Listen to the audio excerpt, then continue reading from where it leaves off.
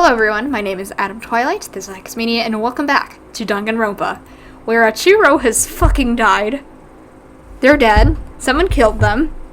I'm very upset because CHIHIRO is so sweet, and I was hanging out with them, and I'm upset. I'm a little upset right now. As everyone made their way to the scene, it felt as if no time had passed at all. It was like my sense of time had just taken wing and flown away. When I finally came back to myself, I saw everyone had the same look of confusion, fear, and anger. We all just stood there, gathered around CHIHIRO's body. Damn, I couldn't keep her safe. So there's another victim. Which means we are all now in the same position once again. Fuck, man. What the fuck is this? It's a dream. This is a dream. It's all just a dream. In fact, I haven't been born yet. I don't have any memory of even being alive. Yeah. Shut up. Alright. Oh, hello, what's this? There's blood on the fucking dumbbell. For now, pay attention to the wall. Huh? I said it once already. There's a word written there. On the wall. The word bloodless is written in the wall in blood. I don't think it's any kind of dying message. It's just too strange. But you know that thing about writing bloodless in blood, doesn't it sound kind of familiar? A murderous fiend who kills again and again using a bizarre and brutal method. At the scene of each crime, the word bloodless is written in the victim's own blood. They're like a ghost, attacking suddenly and then slipping away before the police can catch up to them. And what nickname did the internet give to this mysterious serial killer? Genocide Jack! Genocide Jack, the murderous fiend whose grisly attacks are famous all across the country. And the ultimate murderous fiend, creating a reputation of abnormal, downright cruel killings. Then this is some copycat killer trying to imitate Genocide Jack's style? But why would anyone do that? Perhaps it is the work of the real Genocide Jack. The real? Are you saying Genocide Jack is here in the school? There's no way! But going as so far as to write bloodless at the scene. I'm surprised at their stupidity. I can't imagine a worse situation than dealing with a stupid murderer. What is it now? Toko! Hina was pointing towards the entrance to the girls' locker room. Toko was the last to arrive, and now she was just standing there. No, why? Why? Gadunk. She fainted. That did not sound good. Toko! Hina rushed over to collapse Toko and started trying to shake her awake. Toko, are you okay? Come on, wake up! Oh, that's right. I just remembered what she said about how she faints anytime she sees blood. So she is hemophobic. I imagine that she does not watch too many horror films then. This isn't a violation of the rooms, right? I mean, technically she passed out somewhere besides her room. No, I think it should be okay. The regulations prohibit sleeping, like, on purpose. So since she didn't faint on purpose, it doesn't count. Gotcha. Toko, can you hear me? You gotta wake up. As if she'd heard her, Toko suddenly shut awake. As in, she literally jumped up from where she was laying. It was such a strange reaction, I was at a total loss for words. She leapt straight into the air, changing her stance as she did. In no time flat, she was just standing up. Ignoring the physical contortions she had to go through, her emotions were totally haphazard. Huh? What? Sorry about that. I was just so shocked, you know. It happens, right? Was I the only one? Toko, are you okay? I'm fine. Whoa, is that a dead body? Hey, are you dead? She must have hit her head real hard when she fainted. There were lots of front and back, top, ending, and a bottom, and sea of truth and a web of lies. This is quite concerning. I mean, she sounds completely different. No, everything's fine. At least the stutter's all gone. That's a good thing, right? Yeah. It's clear to me everything is not fine. Your eyes seem strangely vacant. It might be best to take her back to her room for the time being. I don't mind taking her, but could someone help me? If you need help, I don't mind. Taka, could you help me? She totally ignored me. Very well, you can take care of the girl, and the rest of us can begin the investigation right away. Can I assume nobody has a problem leaving Sakura and Mondo on guard duty again? Hold on a second, rushing you an investigation. The mastermind isn't behind that. After what happened last time, surely you realize that. There's no question that CHIHIRO was murdered by someone among us. Makoto, you are definitely very sus. Isn't that right, Monokuma? Ranked is rain. But don't take it as a bad thing, just a fact of life. Because that's how graduation works. Then it happened again? Is that what you're saying? That another one of us killed a fellow classmate? What, does that freak you out? You guys have no balls, you know that? Is there just nothing down there at all? Well, I'll let you pray to mine if you want. Actually, I don't have any either. Sorry! Stop monologuing and give us what you came here to give us. You did bring it, right? I sure did, chum. Allow me to present the next Monokuma file. I know how much you must be looking forward to it. So please do your tippy-top best on this investigation.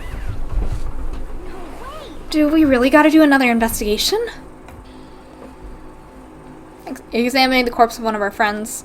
Having to suspect all our other friends. I hate this. I can't take it anymore. I hate it too.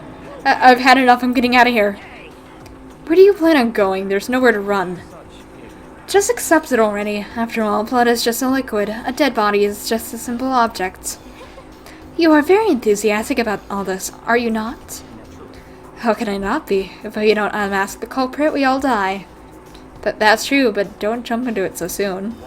What, do you want to die? Fine, then go off and die somewhere. Right now, go ahead. You're a waste of space. A dead body is an object? CHIHIRO wasn't an object. Show a little respect or I'll beat some into ya. Everyone stop bickering. Listen, there's some truth in what Byakuya said. Kyoko. If we don't solve the mystery and find the killer, our own lives are at forfeit. And if Byakuya is right that Genesis Jack is somehow the one who killed CHIHIRO, then unless we do something, more victims could start piling up. We're getting more victims. If we mess this up, we're all dead meat. Hold on. If that's your worry, you don't gotta worry any longer. And anyone killing him, the guilty party may only kill a maximum of 2 people. What? What? I don't remember any rule like that. I just came up with it. I mean, if only one person went around and killed everyone, your little student life wouldn't be all over, right? No rule has been added. In that case, why not limit it to 1 person? Well, in a good mystery, you don't want to miss out on the... at least the potential of a serial killer angle. Just one would totally murder that possibility. Farewell for now. I'll catch you guys at the class trial. I can't say I understand his thinking, but if we can kill up to 2 people, then 1 more person's life could still be in danger. Which is definitely not good. We need to uncover the culprit before something else happens. You need to shut the fuck up. Well, for now, Taka and me are gonna drop off Toko at her room. Nice, I'm gonna get dropped off. We have no time to stand around here. We must begin our investigation too sweet. If we do not solve the mystery of who killed CHIHIRO, then we will quickly follow her into the afterlife. That's true. I hate this, but if I want to survive, me and everyone else, we have to do it. We don't have any other choice. Alright. First off, I better check off the file to see exactly what's going on. The victim was CHIHIRO Fujisaki. The time of death is estimated to be around 2 a.m. The body was discovered in the girls' locker room on the 2nd floor of the school. The cause of death was a blow to the head with a blunt object. She was killed instantly. That's all it says. Well, it's not like any point of complaining about it. No matter what, I have to do. What do you gotta do? Hey, Makoto, do you have a second? Huh? Did you need something from me? Of course, life without purpose is quite dull, you know? So what did you need? I'm going to let you all cooperate with me during my cooperation. In the investigation, huh? I'm purchasing your talent. The same talent which allowed you to solve Sayaka's case. Solve? No, You seem to have some limited use, which is why I've chosen you. You had the honor of contributing to my investigation. So you're inviting me to come with you. You're doing it in the most arrogant way possible, though. Now then, shall we get started? But we need to get moving. There's no time to be standing around. I don't really know what just happened, but it looks like I'll be working with Byakuya on this one. Okay. So, let's begin. So, camera, watching as it counts, that's how people know what's happening, so, yeah. We're bloodless, long blood.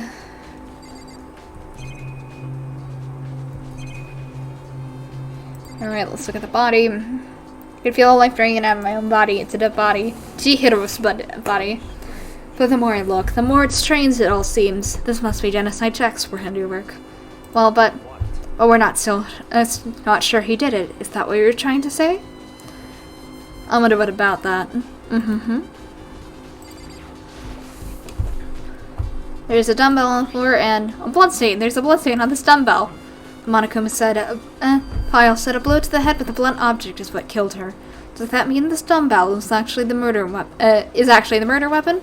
I don't imagine it could be anything else. Okay. There's blood on the floor here.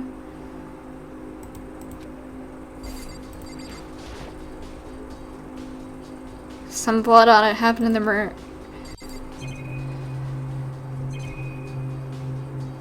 Okay. If you have some time to talk, you have some time to start investigating. She took her time in examining CHIHIRO's corpse. She poked and prodded, going over every inch of the lifeless body. You're a very strange woman, you know, being able to touch a dead body with absolutely no trouble. She seems to be concentrating pretty hard. It's like she can't even hear us. Okay. Sakura, you got anything to say? I use this room all the time, and now it's become the site of CHIHIRO's death. Why did she kill in the locker room? Actually, if you think about it, she could have been killed somewhere else than carried here. She was very light. That is true. It would be hard for someone to carry her, but still. I think she came here on her own, by choice. Makes you say that. She had been talking a lot lately about how she wanted to become stronger.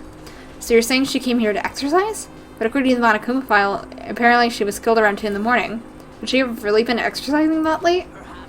He nor myself are usually in the locker room during the day, so she was probably avoiding it then. Avoiding it? Although we invited her to join us more than once, she never showed up. So I can only assume she was trying to avoid us. And instead she came to exercise in the middle of the night? Perhaps, but it's difficult for me to imagine she would have come alone. She did want to start exercising, but she specifically mentioned she couldn't do it by herself. She needed support from others. So you're saying she could have come in here in the middle of the night to train in secret. But that would mean, but that she would also have come in with someone else. It's a possibility, I think.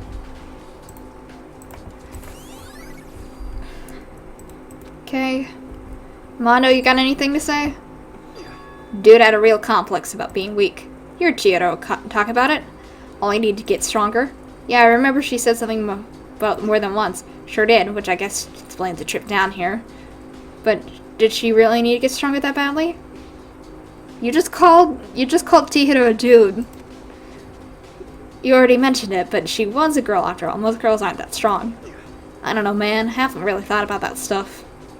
Because of Chihiro's complex, I can't help but wondering what it might be. Now I believe it is about time for us to move on. Huh? Already?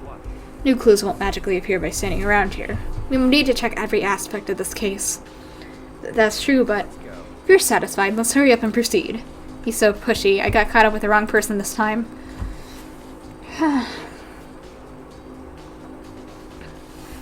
So this is our next location. Huh? This place is related to the investigation?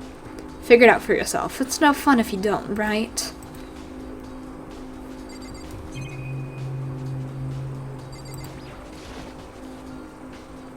Do I remember right? This card reader works in handbooks. Do you have an issue with it? If so, you should take it up with Monokuma. He said that, then quickly and sharply clapped his hands together. Did you call for me? Did you call for me? Has he been domesticated? It seems Mikoto has a question for you. You need something? Sure, what's up? Well, it's just about this card reader. Yes, the card readers have all been designed to interface with each of your handbooks. You will enter the locker room corresponding to the gender listed in your individual handbook. And it's impossible for 2 people in a row to go through while the door is unlocked, right? If there was some sort of erratic terrorist on the prowl. The ceiling mounted Gatling gun would initiate a Swiss cheese slaughter. And the school regulations prohibit anyone from lending someone else their handbook, correct? Correctly correct. So then, that means only girls can go to the girls' locker room and only boys can go in the boys' locker room. In other words, Chihiro's body being found in the girls' locker room means, hey Makoto, I can see right through you. See right through me? Allow me to tell you what you're thinking. Since Chihiro was found in the girls' locker room, the killer must have been able to get in there. As such, the killer must be one of the girls. Did I get it right? Good lord, you're simple. But am I wrong? You should pay closer attention to the regulations. The answer has been in front of you this entire time. Loaning your ebook to another student is strictly prohibited. Only the act of loaning is prohibited. Borrowing someone else's is perfectly fine. No, I wouldn't expect nothing less from the prodigal son of the noble Togami family. So you managed to snip out the loophole in the regulations. Knowing you, I bet you created it on purpose, didn't you? To add a little more excitement to things. Yeah, you're treating me like a puny little appetizer than the main course that I am. Now then, since the dead can't actually talk, they're not people anymore, they're things. Get it? Got it? Good. Wait, hold on. You're saying that's loophole, but in order to borrow something from someone, then that means someone would have to loan it, so... So sleepy. Just letting you makes me want to pass out. Be more like Byakuya and get your poop to bit. Gotta... Or else I'll charge you with criminal negligence. No more questions. Figure out the rest of your own damn self. Well, I know you are unfortunately lacking mental faculties, so give it yourself. Let's head to the main hall. The main hall? That'll help you understand what's going on. Okay.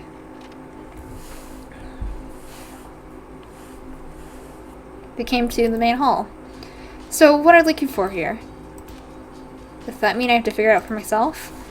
What a dick. What a dick. Okay.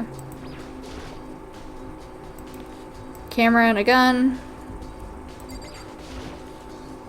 Hunk of metal blocking. Some kind of machine. Oh, what's this? Mailbox. Could there be something inside? It's an e-handbook.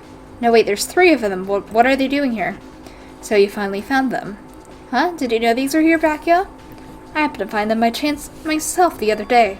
But it seems there's a system in place where the handbooks of dead students get delivered to this mailbox. So then these 3 handbooks belong to Junko, Leon, and Sayaka? You can go ahead and confirm it yourself. I immediately turned on one of the handbooks, and when I did... Oh shit. You picked up Sayaka specifically, not Makoto. It's trauma, buddy. You're right, this is Sayaka's handbook. Now do you understand? This is the key to the loophole that I revealed earlier. Yeah, I feel like I'm starting to get it.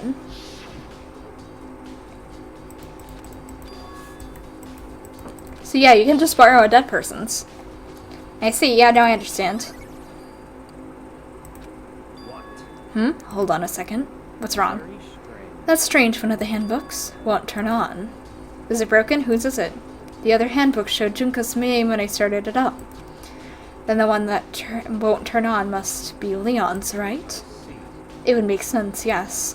After all, he did get pummeled with dozens and dozens of baseballs. Pummeled with baseballs. The memory of it came flooding back, the cruel punishment which led to Leon's death, the execution that the mastermind concocted, a cruel, heartless death.